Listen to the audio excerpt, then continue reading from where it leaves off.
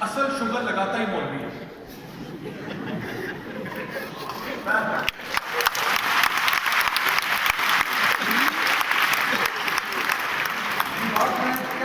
اس لیے کہہ سکتا ہوں کیونکہ میں نے یہ دونوں سائڈ دیکھی ہے. وہ سائڈ بھی دیکھی ہے جب میں بہت گناہوں میں تھا, اور وہ سائڈ بھی دیکھی ہے جب الحمدللہ دین کی طرف آیا. اچھا, اس لائف سٹائل میں چسکے بڑے ہیں, یہ کوئی غلط نہ سمجھے میری بات, چسکے بڑے ہیں, لیکن ان چسکوں کے ساتھ نا ایک بیگیج آتا ہے. بیگیج کیا آتا ہے کہ انسان کا جو گلٹ ہے نا وہ اس کو کھا جاتا ہے کہ یہ میں کیا کر رہا ہوں. ایک رشین آتھر ہے فیوڈور دوستویفسکی, ان کی کتاب ہے کرائم اینڈ پنشمنٹ, بڑا مشہور ناول ہے. اس ناول کا جو کرکس ہے, اس کا جو باب یہ ہے کہ crime it self is punishment. اگر آپ کوئی کرائم کرو گے آپ کو اس کرائم کے گلٹ کے ساتھ زندہ رہنا پڑے گا, اور وہ جو گلٹ ہے نا وہ آپ کو کھا جائے گا. کیونکہ ہم سب کے دل کے اندر نا ایک مفتی صاحب بیٹھے ہوتے ہیں. ان مفتی صاحب کا نام اردو میں ان کو ضمیر کہا جاتا ہے, انگلش میں ان کو گلٹی کانشنس کہا جاتا ہے, اور عربی زبان میں ان کو لفظ جو ہے نا نفس اللوامہ کہا جاتا ہے. جب بھی انسان کوئی غلطی کرتا ہے نا تو سب سے پہلے یہاں سے فتویٰ آ جاتا ہے کہ تم نے غلط کیا. اسی لیے تو ہم برا مناتے ہیں کسی چیز پہ, پھر سوری بول دیتے ہیں کہ سوری یار غلطی ہو گئی ہے, کیونکہ اندر سے نا کھٹکا لگ جاتا ہے. اور یہ جو کھٹکا ہے نا اگر انسان گناہ کرتا چلا جائے گا بڑھتا چلا جاتا ہے, حتیٰ کہ انسان کی نیندیں اڑ جاتی ہیں, حتیٰ کہ انسان کے اوپر ایک ایسا وقت آتا ہے کہ اس کو اپنے آپ سے نفرت ہونے لگتی ہے کہ یہ میں کون سا لائف اسٹائل جیا, یہ میں کس قسم کا کام کر رہا ہوں, میرے ماں باپ نے تو مجھے ایسا ٹرین نہیں کیا تھا, یہ میں کہاں چل رہا ہوں.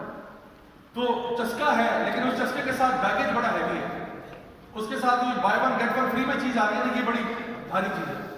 اور میں نے یہ ایکسپیرینس کیا اپنی لائف میں کہ اس لائف میں ویسے آپ دیکھیں سوشل میڈیا پہ آپ کو لگا بڑی کمال لائف ہے, لیکن راتوں کو میری نیندیں اڑی ہوئی تھی.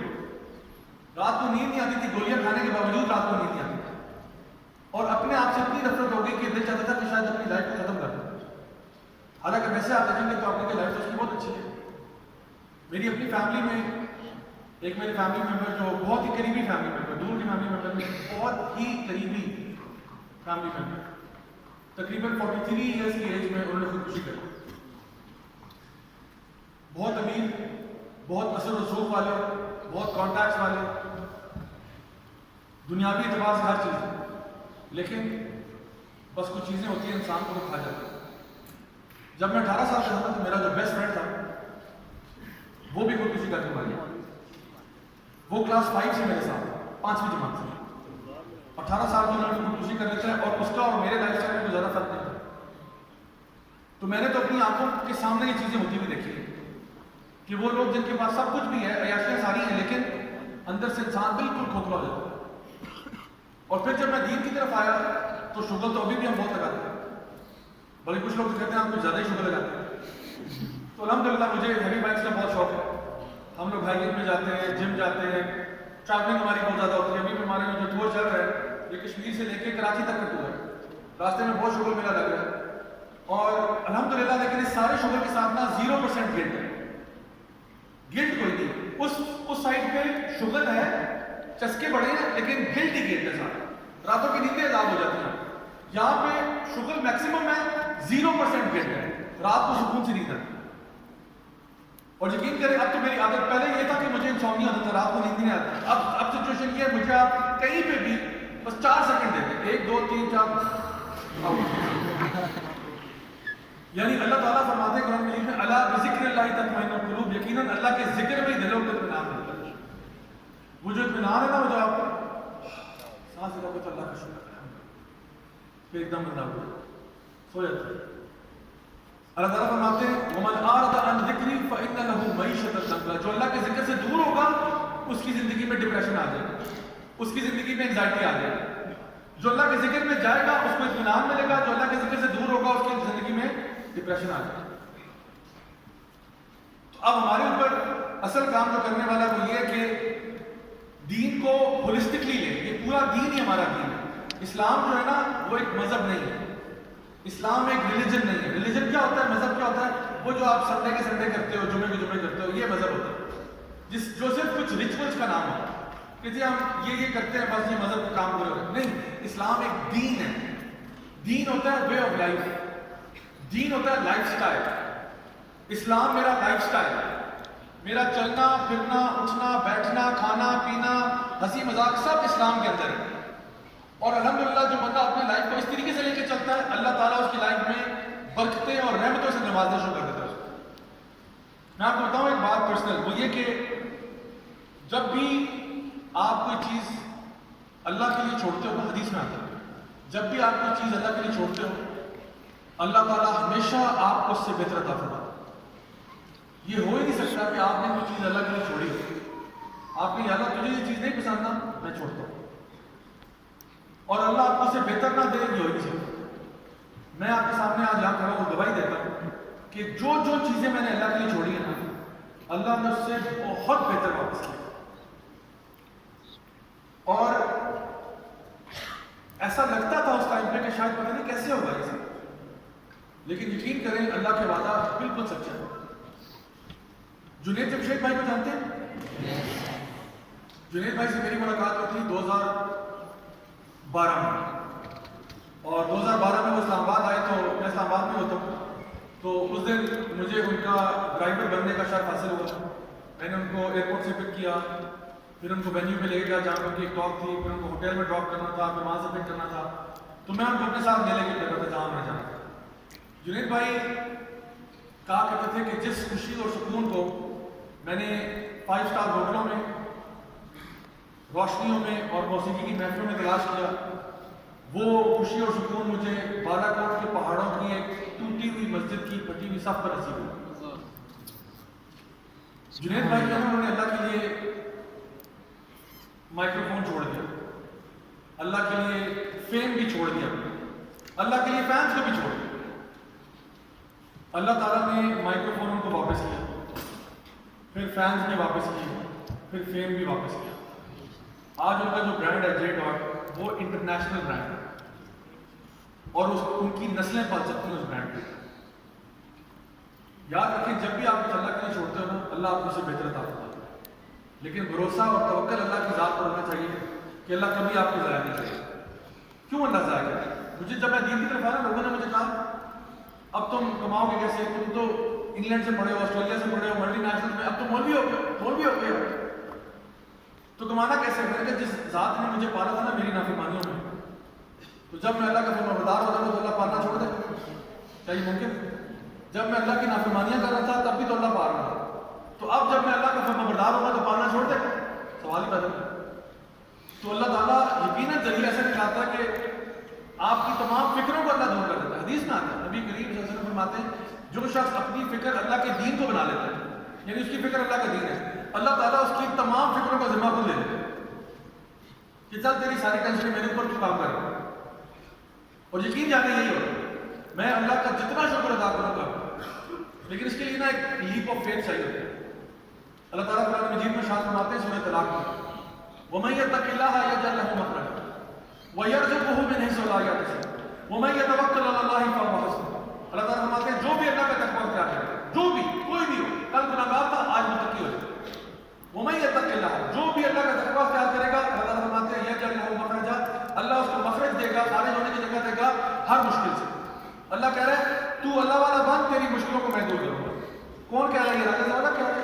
راجہ زیادہ کا وعدہ جھوٹا ہو سکتا ہے لیکن یہ اللہ رب العزت کا وعدہ ہے قرآن مجید میں کہ جو بھی تقویٰ اختیار کرے گا اس کو مشکلوں سے میں نکالوں گا. اللہ کہہ رہا ہے میں نکالوں گا. صرف یہی بات ہوتی تو بڑی بات ہے. اللہ تعالیٰ آگے فرماتے ہیں وَيَرْزُقْهُ مِنْ حَيْثُ لَا يَحْتَسِبُ تجھے میں رزق دوں گا وہاں سے جہاں سے تم نے سوچا بھی نہیں ہوگا. ادھر سے تجھے رزق دوں گا جہاں پہ تم نے اپنی ایکسل شیٹ نہیں کوئی بنائی ہوگی، تو نے کسی رجسٹر میں حساب کتاب نہیں کیا ہوگا، ادھر سے رزق دوں گا لا کے. تیری کوئی کیلکولیشن نہیں ہوئی تھی وہاں سے رزق لا کے دوں گا. اور آگے فرمایا وَمَن يَتَوَكَّلْ عَلَى اللَّهِ فَهُوَ حَسْبُهُ جو اللہ پر توکل کرے گا، اللہ پر بھروسہ کرے گا، اللہ اس کے لیے کافی ہو جائے گا. مائی ڈیئر اسٹوڈنٹ مجھے یہ بتائیں اگر اللہ میرے اور آپ کے لیے کافی ہو جائے، اگر اللہ میرے اور آپ کے لیے کافی ہو جائے اس کے بعد کوئی ٹینشن ہے، کوئی پرابلم، کوئی فکر ہے اس کے بعد؟ جس کے لیے اللہ کافی ہوا ہے، جس کے لیے اللہ کافی ہوتا ہے نا وہ اللہ کو نہیں بتاتا کہ یا اللہ میری پرابلمز کتنی بڑی ہے، وہ اپنی پرابلمز کو بتاتا ہے میرا اللہ کتنا بڑا ہے. جانتے ہو میرا اللہ کون ہے؟ یہ میرا اللہ ہے. تو پرابلم چلی جاتی ہیں اس میں، جو تقویٰ کے اوپر آ جاتا ہے، جو اللہ والا بن جاتا ہے. یہ وعدہ اللہ رب العزت کا قرآن مجید میں اور اللہ کا وعدہ حق ہوتا ہے. اور میں چونکہ آج آپ کے سامنے کھڑا ٹیسٹیفائی کر کے بتا سکتا ہوں from personal experience and many others, جو میرے ساتھ لوگ ہیں جن کو میں نے دیکھا اپنے سامنے چینج ہوتے ہوئے، ٹرانسفارم ہوتے ہوئے، کہ کس طرح اللہ تعالیٰ ان کی مشکلیں بھی دور کرتا ہے، ان کو رزق عطا فرماتا ہے اور ان کے لیے کافی ہو جاتا ہے۔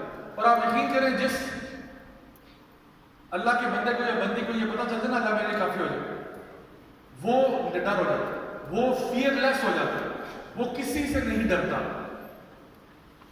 My dear brothers and sisters, میں آپ سے یہ جو آج کے حالات چل رہے ہیں اس کے بارے میں کچھ کہنا چاہتا ہوں۔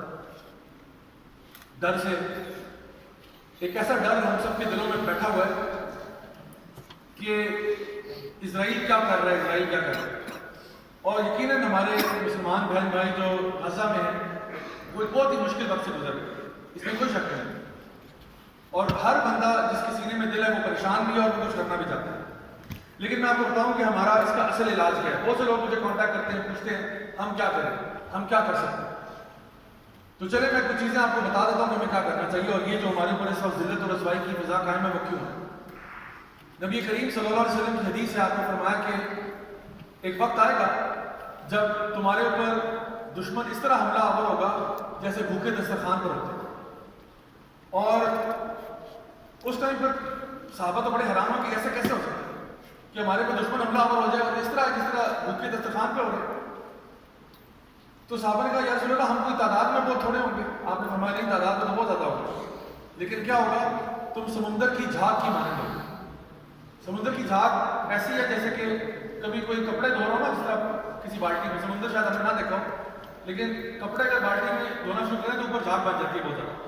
وہ جھاگ جو ہے نا اس کا کوئی وزن نہیں ہوتا، وزن سارا پانی کا ہوتا ہے۔ جھاگ ویسے اپنے کریں وہ آواز اڑ جاتی ہے۔